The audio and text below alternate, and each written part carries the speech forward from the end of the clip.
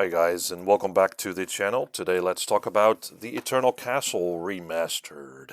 And I'll kick the door right in. I've been looking for a game like Prince of Persia, the first one, and Another World, or Flashback from back in the 90s of the last century. Those side-scrolling, running, jumping, fighting game. And if you like those games, then you're in for a treat with the Eternal Castle Remastered. The Eternal Castle is a remaster of a game that never was. I mean, it is designed as a retro game from the late 80s that got a remaster. So in that way, it is really clever. I couldn't tell you what the story was really about, even after finishing the game. It is some post-apocalyptic hellscape that you need to work your way through. There are super pixelated graphics, very, very stylish. I love those graphics, with amazing rotoscoped animations of the main character. Again, very reminiscent to the animations of games like Prince of Persia and Another World.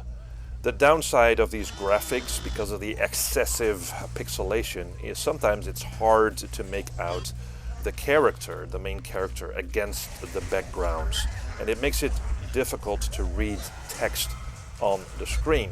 But you also get that sort of shadow play, you know, that dark against light and that sort of thing. So it looks very stylish. But there is a downside to that. Now the levels are quite unique in design. They leave room for exploration, finding secrets and certain upgrades to your character. There are various weapons to be found, like pistols and rifles.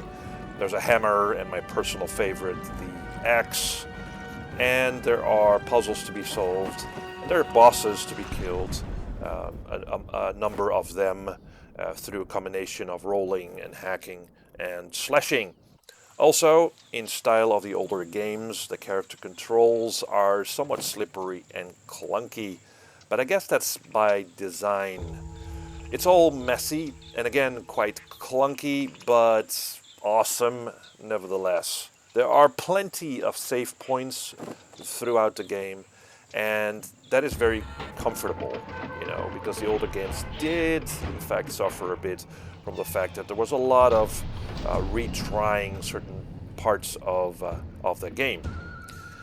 In conclusion, I think the Eternal Castle Remastered is a gaming equivalent of an acid trip. I really enjoyed this, but there is a downside.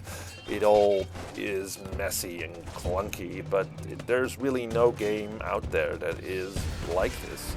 I really like it. It's not too long. You'll probably finish it within 2 or 3 hours. Again, highly enjoyable, comes recommended. It usually is quite cheap to get. Thanks for watching, and see you in the next video.